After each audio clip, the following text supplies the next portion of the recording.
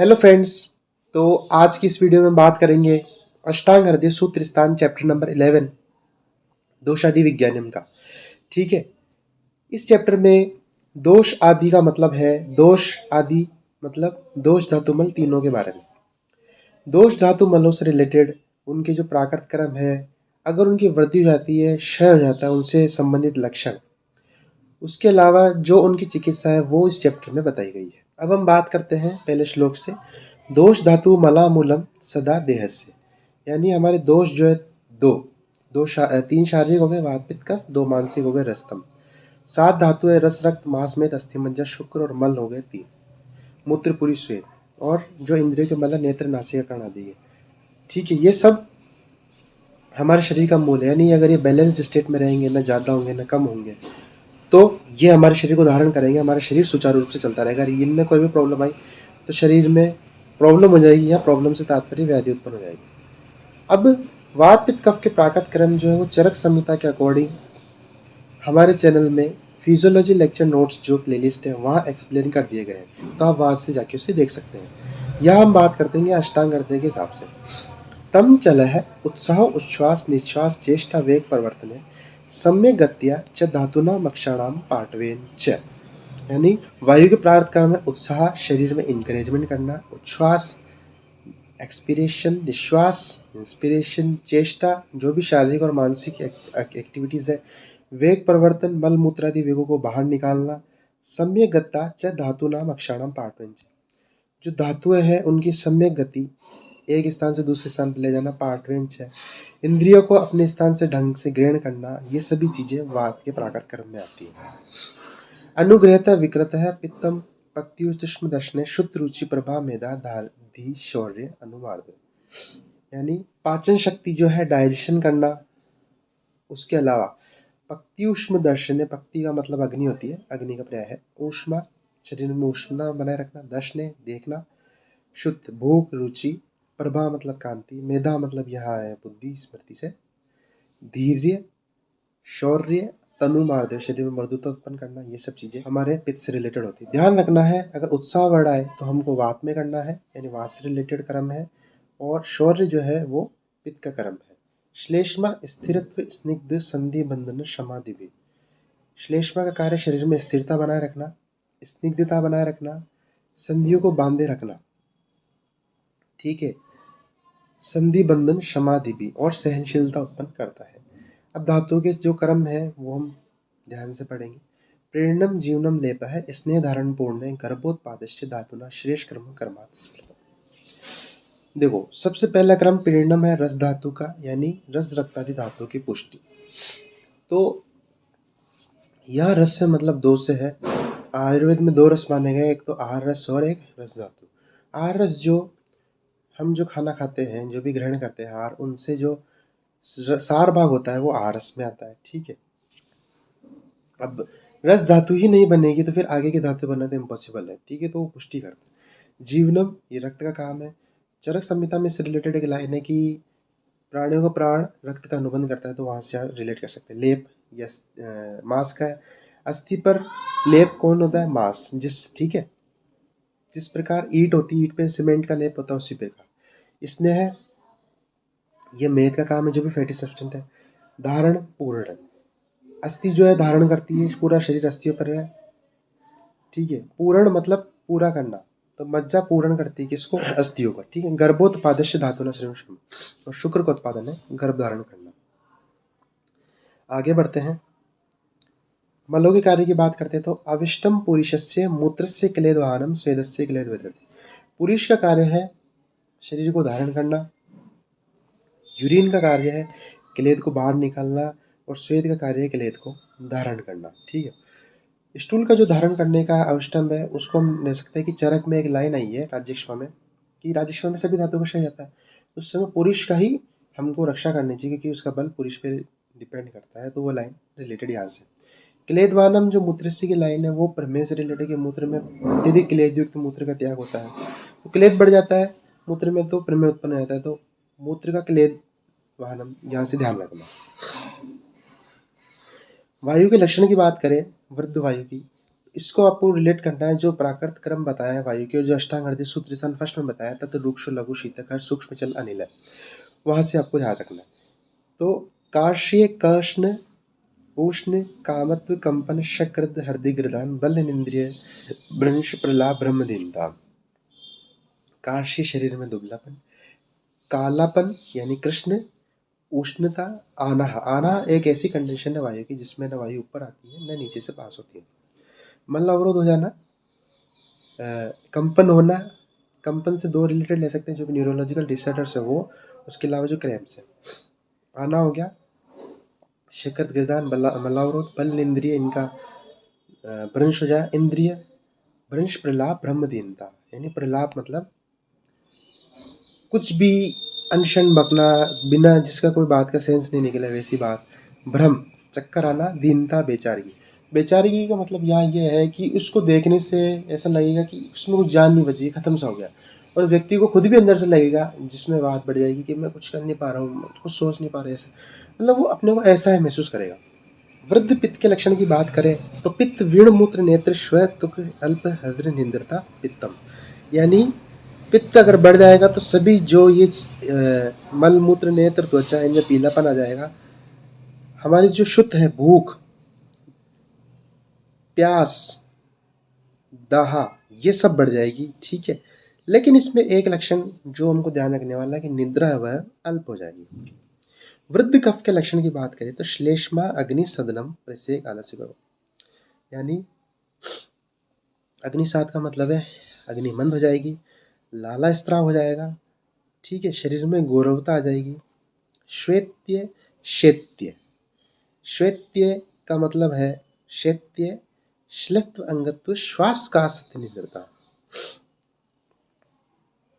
श्वेत्य का मतलब है या पूरे शरीर में श्वेत वर्ण हो जाना, ये देखिए। और शैत्य, शैत्य का मतलब है शरीर में शिथिलता। दोनों अलग है, दोनों में डिफरेंस ध्यान होना चाहिए। श्वेत्य मतलब शरीर में सफेद आना, सफेदीपन आना, और शैत्य मतलब शरीर में शीतलता आना। श्लित अंगत्व श्वास का सत्य निद्रता, उस व्यक्ति को अति निंद्रा आएगी। और जो दो मेन रोग हो जाएंगे वो कौन सा होगा, श्वास और कास।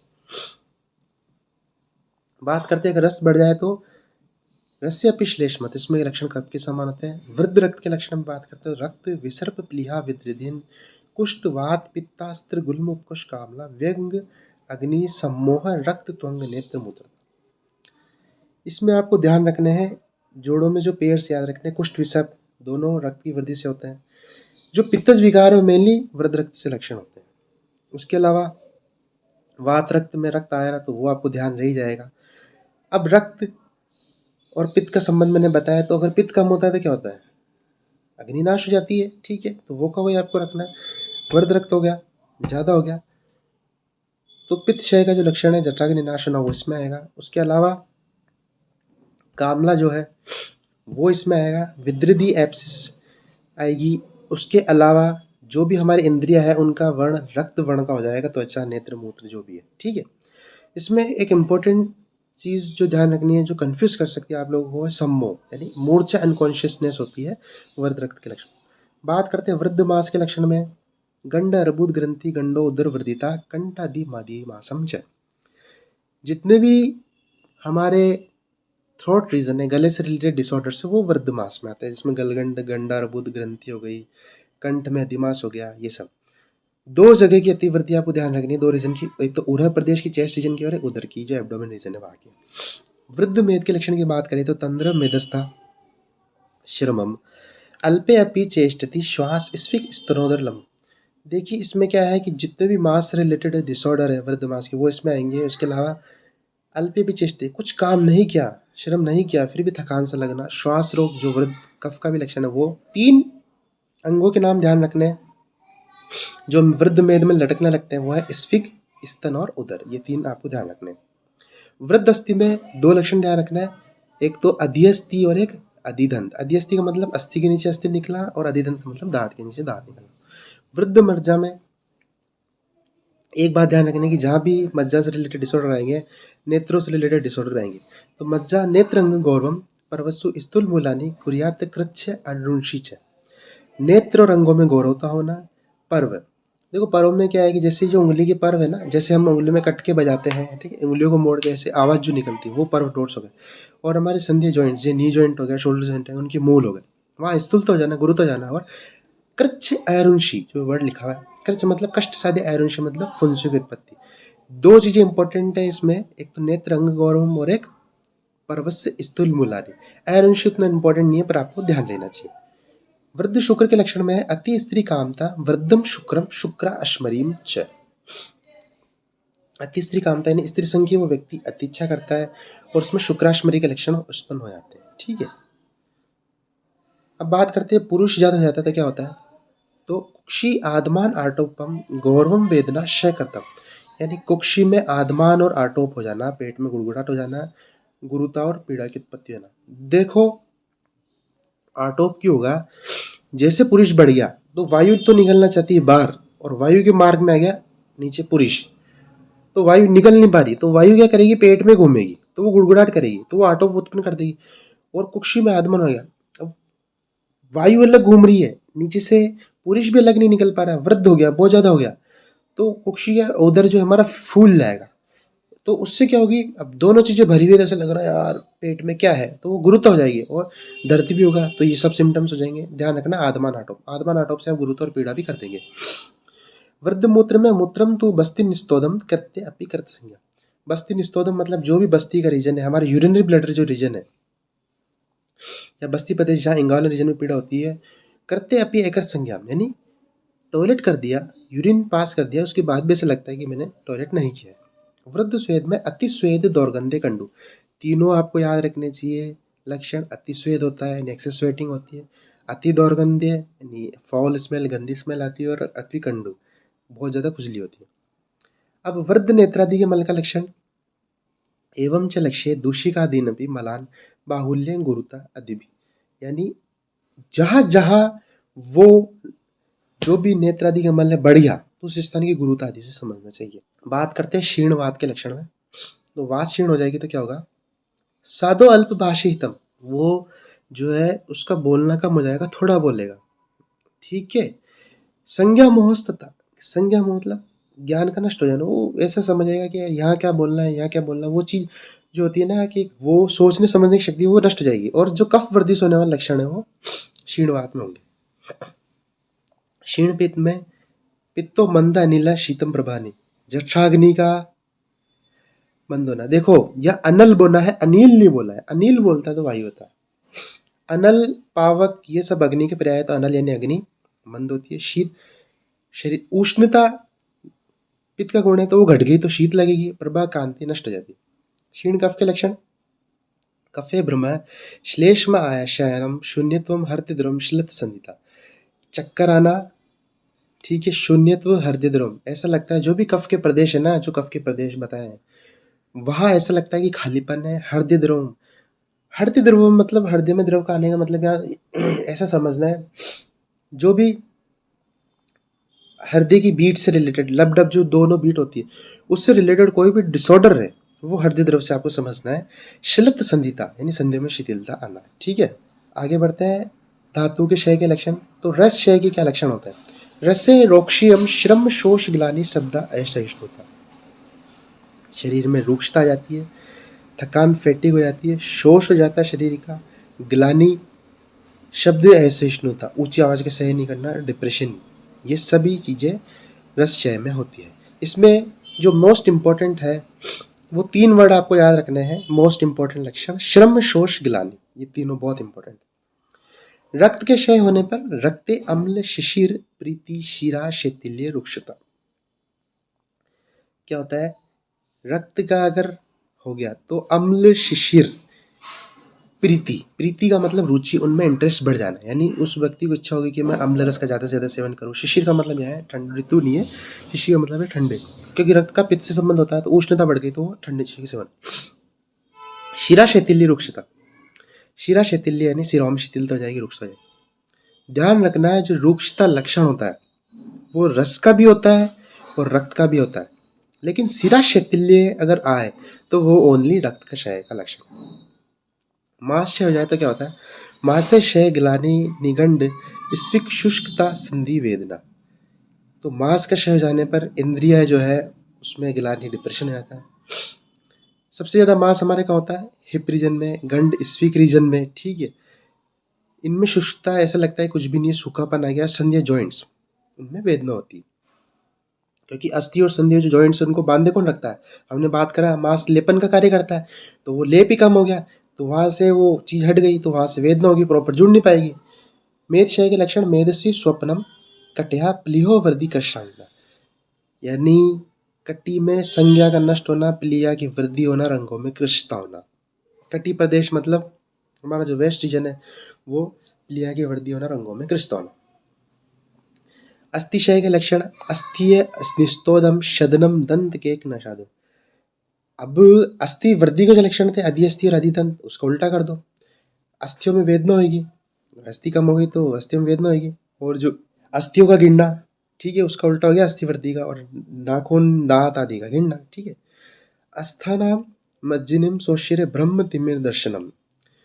मज्जाशय में अब अस्थियों में क्या रहती है? मज्जा। अब मज्जा खत्म हो गई तो अस्थियों में ऐसा लगेगा खोखलापन, अस्थियों में खालीपन सा, ठीक है, सोशिरे। ब्रह्म डिल्यूजन तिमिर दर्शनम। मोस्ट इंपॉर्टेंट बात मज्जाशय में इस श्लोक की वो लास्ट लाइन है, ब्रह्म तिमिर दर्शनम, ठीक है। ब्रह्म तिमिर दर्शनम ओनली मज्जाशय का लक्षण होता है। ब्रह्म मतलब डिल्यूजन, ठीक है, और नेत्र के सामने अंधेरा, तिमिर होना। तिमिर का जो अगर एग्जैक्ट आप चीज जानेंगे तो मोतियाबिंद जो रोग होता है वो तिमिर से सामंजस्य रखता है। मैं ऐसा नहीं कह रहा हूँ कि तिमिर वही होता है, पर आप उसको इससे समझ सकते हैं तिमिर, ठीक है। और तिमिर जो होता है वो वात का एक नानात्मक रोग होता है, ओनली वात से होता है, ठीक है। तो बहुत मोस्ट इंपॉर्टेंट है इसमें ब्रह्म तिमिर दर्शन। बात करते हैं शुक्र क्षय के लक्षण की, तो शुक्र चिरात प्रशिक्षित शुक्र शोणित में हुआ तेदो अर्थ वृक्षो मेडम धूम्य। शुक्र चिरात, चिरात मतलब शुक्र का तेर में आना, शुक्र शोणित में हुआ या शुक्र में रक्त मिला हुआ आना, वृषण मेड्रो धूम्य अतिवत होते। वृषण और मेड्र प्रदेश जो है उसमें अत्यधिक वेदना होना, धूम आना। धूम का मतलब धुआं निकलना नहीं है, मतलब वहां अत्यधिक दाह होना। पुरुष वायुरंत्राणी स शब्दो वेष्ट्यनम कुक्षो ब्रह्मति या उद्वम हर्त पाशम पीड़म वृषम वृषम। पूरी शब्द क्षय हो गया तो क्या होगा? शब्द के साथ आंतों में लगेगा ऐठन, यानी ऐसा लग रहा है कि आंतों को कोई मरोड़ रहा है, क्योंकि वहां से वो खाली हो गई चीज, ठीक है। ये कुक्षो ब्रह्मति, पूरे कुक्षी में उदर में वायु घूमती है। हृदय पार्श्व पीड़न ब्रह्म, हृदय और पार्श्व यानी हमारा जो चेस्ट रीजन है और जो पीछे का रीजन है वर्टिब्रल कॉलम का वेस्ट रीजन है, इन सभी को दबाते हुए ऊपर तक आती है। और पूरे जो एब्डोमिनल रीजन है और चेस्ट रीजन है, थोरेक्स और एब्डोमिनल रीजन है, वहां पीड़ा होती है। मूत्रशय के लक्षण मूत्र अल्पम मूर्यते कृच्छण अवर्ण शास्त्र में, यानी मूत्र एक तो अल्प मात्रा में, थोड़े में, कृच्छ यानी कठिनता से, अच्छी वर्णम यानी बदला हुआ, सारस्त्र में स अस्त्र में, ये रक्त का पर्याय होता है। अस्त्र जो है रक्त का पर्याय है, यहाँ स अस्त्र रक्त मिला हुआ होता है।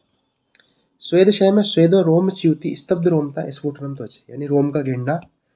रोम च्युति का मतलब होता है यहाँ गिरना, किसी भी चीज का अलग होना। स्तब्ध रोम रोम का कड़ापन, और त्वचा फटती स्फुट है।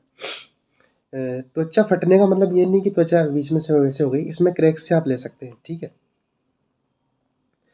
प्राणादि मल क्षय के लक्षण मलान अति सूक्ष्म दुर्लक्ष्यम लक्ष्यते क्षयम स्वमलयान संशोधन शून्य लागवे, यानी अब नासिका नेत्र कर्णादि के जो मल है ना वो अत्यधिक सूक्ष्म होते हैं, तो दुर्लभतम लक्ष्यतम क्षय, उनका जो क्षय होता है या वृद्धि होती है उनको हम ऐसे देख नहीं सकते या ऐसे इमेजिन नहीं कर सकते।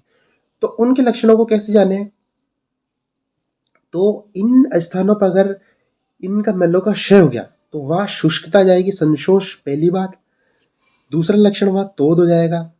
तीसरा लक्षण वहां शून्यता हो जाएगी। चौथा लक्षण लागू हो जाएगा। ध्यान रखना है, कर्ण नासिका नेत्र इन इंद्रियों के स्थानों के मलों का क्षय हो जाएगा। तो चार मुख्य लक्षण होते हैं। पहला संशोष यानी शुष्क होना उस जगह का, दूसरा है वेदना या तोद, तीसरा है शून्यता, और चौथा है लाघव। ये चारों बहुत इंपॉर्टेंट है, आपको ध्यान रखना है। तो आज के इस वीडियो में हमने बात करी दोष धातु और मलों के प्राकृत क्रम क्या होते हैं, उसके अलावा उनकी वृद्धि के लक्षण क्या होते हैं और उनके क्षय के लक्षण क्या होते हैं। Thank you friends.